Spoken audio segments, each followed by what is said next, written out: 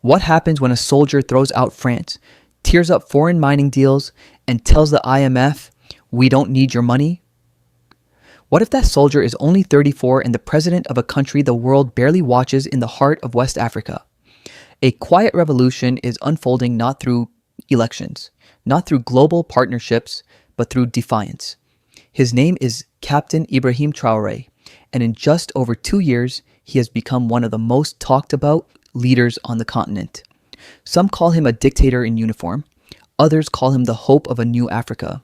Burkina Faso, once dismissed as a former French colony plagued by coups and terror, is now turning heads. Under Traoré's rule, the nation has expelled French troops, reclaimed control over its gold mines, and opened factories that hire women and youth by the thousands. He's rejected loans from the World Bank and IMF, refusing what he calls colonial economics. And in 2025, his government unveiled the country's first 100% electric car designed and built by Burkinabe engineers. But his rise wasn't democratic. In 2022, Traoré seized power through a coup toppling a commander he once supported. He now leads a military junta. Elections were postponed, opposition silenced, independent media restricted, and yet, despite or perhaps because of this iron grip, many Burkinabe people continue to embrace him. So, who is Ibrahim Traoré? Really, is he a revolutionary in the mold of Thomas Sankara, whose vision of a free and self-reliant Africa was cut short by assassination? Or is he a strongman cloaked in patriotism, risking his nation's future by turning from one empire to another? This is the story of a leader caught between admiration and alarm, between nation building and power consolidation.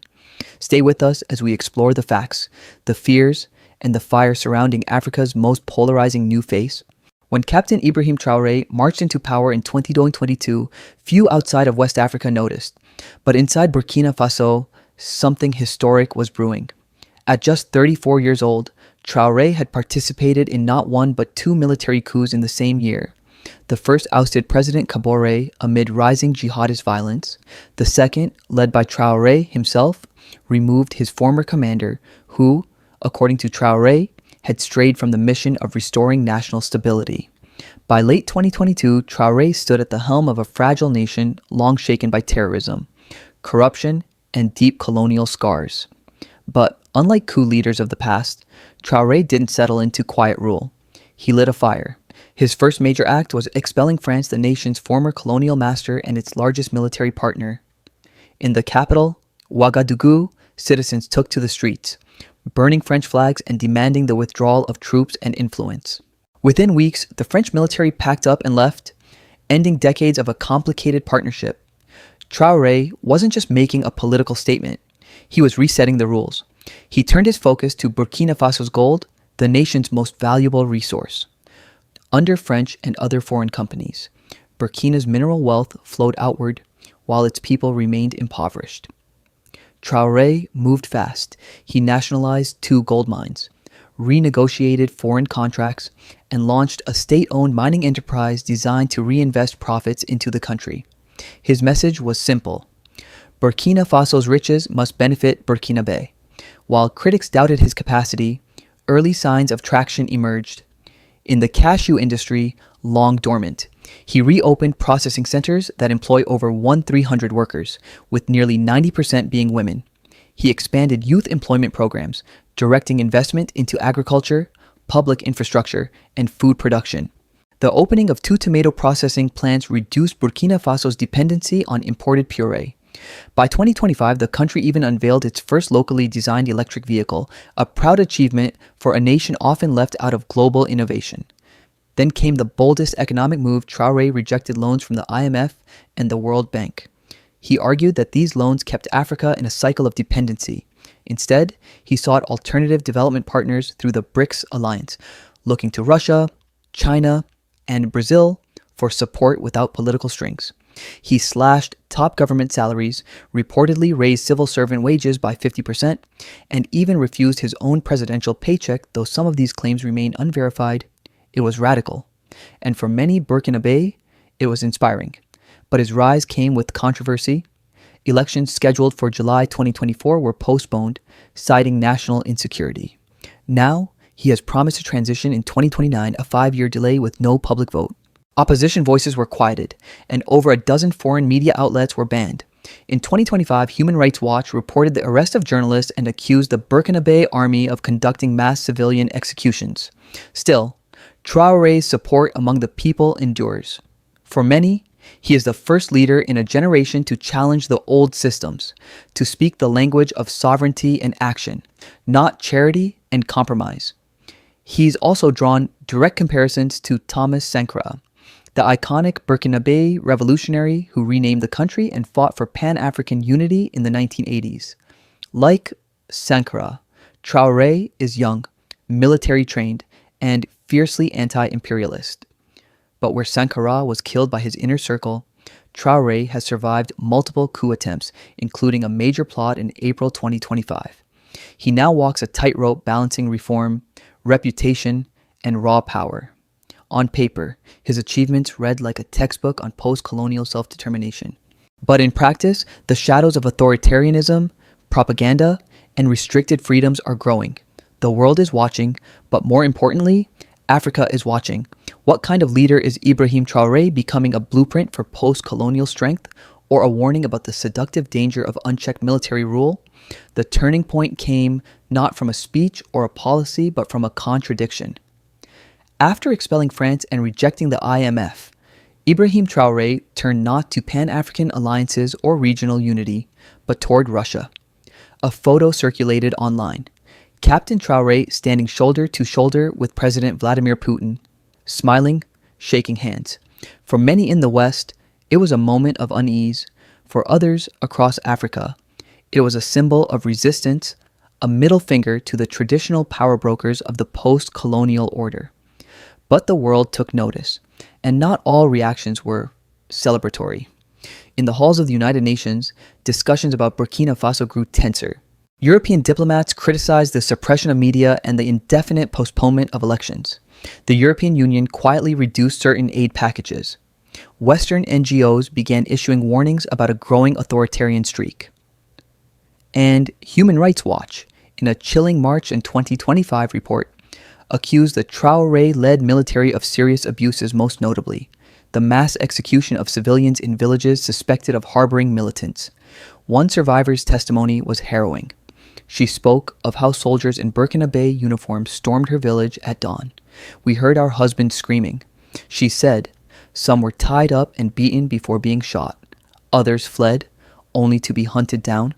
Over 130 civilians were killed, many of them unarmed, including elders and children. The state blamed terrorism, but human rights groups claimed these were retaliatory actions, punishment against communities caught in the crossfire." Then came a second blow. More than a dozen international media outlets were banned, including agencies from France, the UK, and West African neighbors. 3 journalists were arrested for destabilizing the state. Local opposition leaders who dared question the junta found themselves silenced or worse, disappeared. And yet, within Burkina Faso, a different story was unfolding. On the ground, many Burkina Faso cheered. The French were gone. Factories were opening. Salaries were rising. For the first time in years, the government seemed to be working for the people, not foreign investors. Youth groups marched in support of Traoré. Social media lit up with messages calling him the African lion. The duality was striking a hero at home, a threat abroad. This internal support didn't stop external pressures. In April 2025, intelligence agencies across Africa and Europe reported a major coup plot against Traoré. High-ranking military officials were arrested. The junta responded swiftly, tightening security, increasing military presence in the capital, and warning of foreign interference. Western outlets speculated, was this the start of Traoré's unraveling? But nothing unraveled. In fact, Traoré doubled down. In speeches, he cast the criticism as neo-colonial backlash. "They hate that we are thinking for ourselves," he said. "They fear a free Africa more than anything else." His words echoed through the Sahel, where Mali and Niger had already followed Burkina Faso's lead in rejecting French influence. Then came the BRICS pivot. Traoré aligned Burkina Faso with the emerging global economic bloc led by Brazil, Russia, India, China, and South Africa. He praised the new development bank, a BRICS institution offering low conditionality loans as an alternative to the World Bank and IMF. The message was clear: we don't need your permission anymore. To the U.S. State Department, this raised red flags. The Sahel, already one of the most fragile regions in the world, was now being influenced by Russia not just militarily, but economically and politically. American officials issued cautious statements about monitoring the situation and supporting democratic transitions. But little direct action followed. What complicated matters further was the scale of terrorism still engulfing Burkina Faso. In October 2024, an al-Qaeda affiliate claimed responsibility for the deaths of 200 civilians and 140 wounded in a brutal attack. In May 2025, another 200 Burkinabe soldiers were reportedly killed. Though the junta denied the full count, international observers called it one of the most underreported crises on the planet. So here was the paradox: a leader rejecting foreign aid, asserting national pride, and reclaiming economic control, but also delaying democracy, restricting press freedom, and facing catastrophic internal violence. Even within Africa, reactions were split. Some nations saw Traoré as a bold model proof that Africa could stand on its own terms. Others feared that his path would justify future coups under the guise of nationalism.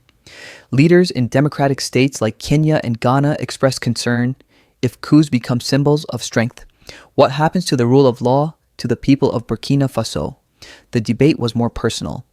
Many still struggle daily with food insecurity, limited health care, and fear of militant attacks. But for them, Traoré offered something no leader had in years: a sense of ownership. The world may be divided on Traoré, but one thing is certain: he has redefined what it means to lead in Africa today. Not through handshakes with the West, but through confrontation. Not through polished diplomacy, but through fire. Whether that fire builds or burns remains to be seen. Burkina Faso today is a country suspended between hope and hesitation. Under the leadership of Captain Ibrahim Traoré, the nation has embarked on a path of radical change. But for every promise of sovereignty and dignity, there are civil and political consequences that threaten to overshadow the progress. The most immediate and visible change has been the centralization of power.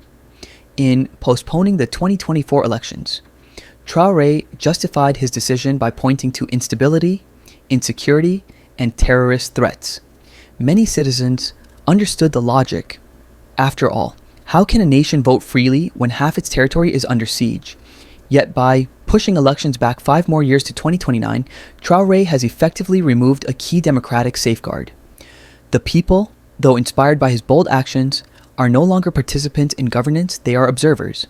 He has become more than president. He is the singular decision maker, the architect, and the executor. In a democratic society, institutions provide checks and balances.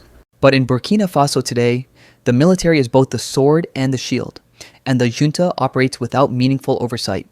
Courts, legislatures, and independent commissions have taken a back seat. The opposition is fragmented and silenced. The civil service, though re-energized with pay increases, remains under military supervision. This power consolidation has sparked fears of a permanent militarization of the state. Analysts warn of a slow erosion of civil liberties, where dissent is no longer just discouraged, it is criminalized. For instance, journalists who question government actions are labeled enemies of the state, and the absence of international media has created a vacuum where propaganda can flourish unchecked. Among everyday Burkinabe, reactions are complex.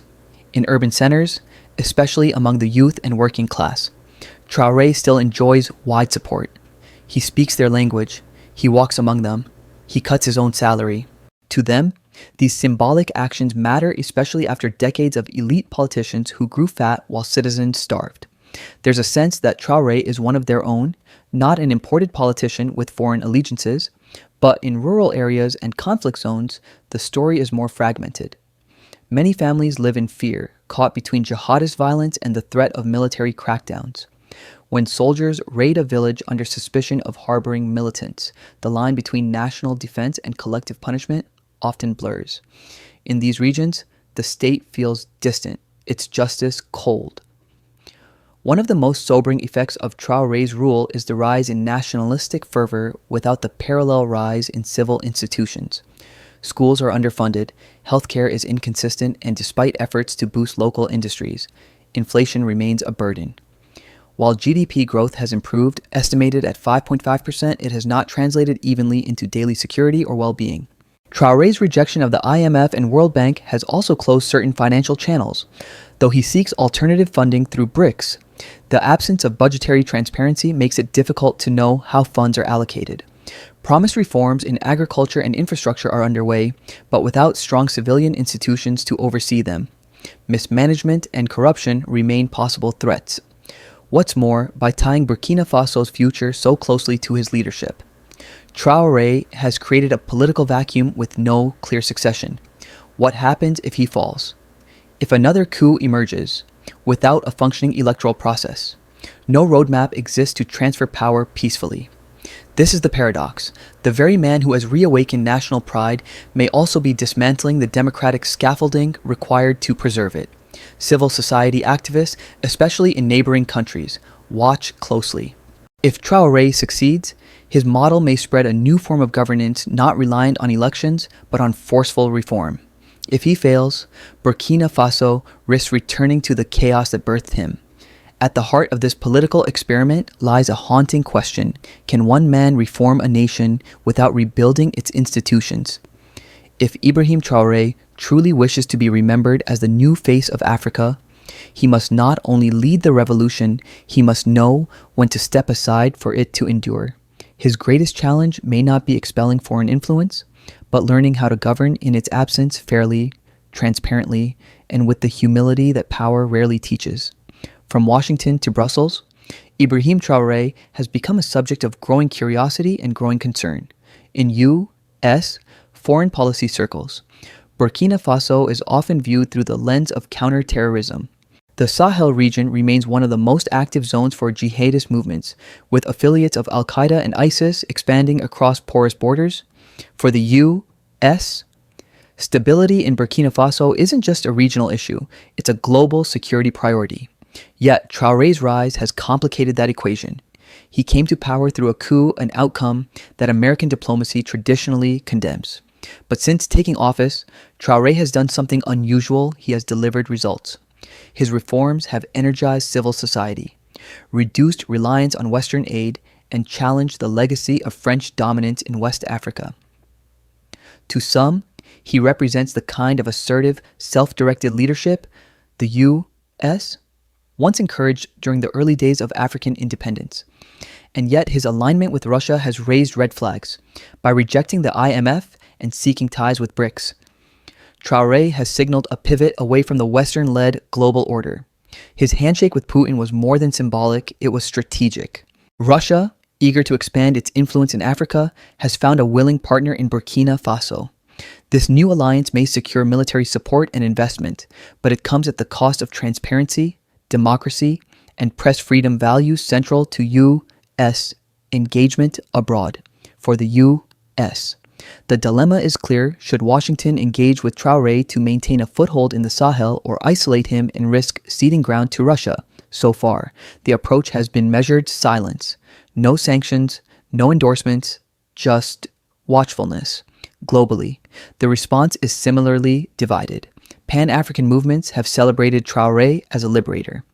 Western analysts warn of authoritarianism disguised as nationalism.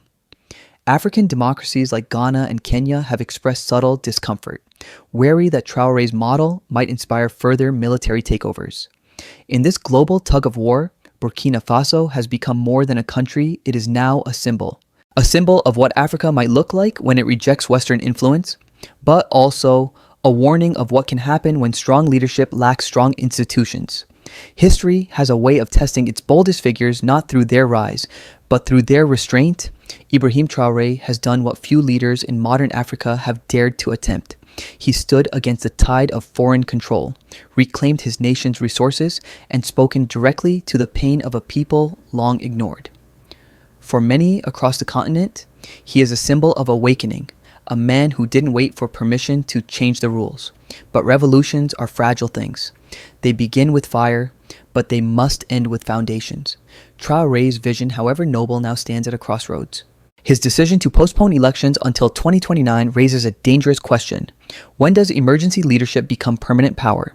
His crackdown on journalists, opposition voices, and civil society threatens to turn inspiration into intimidation.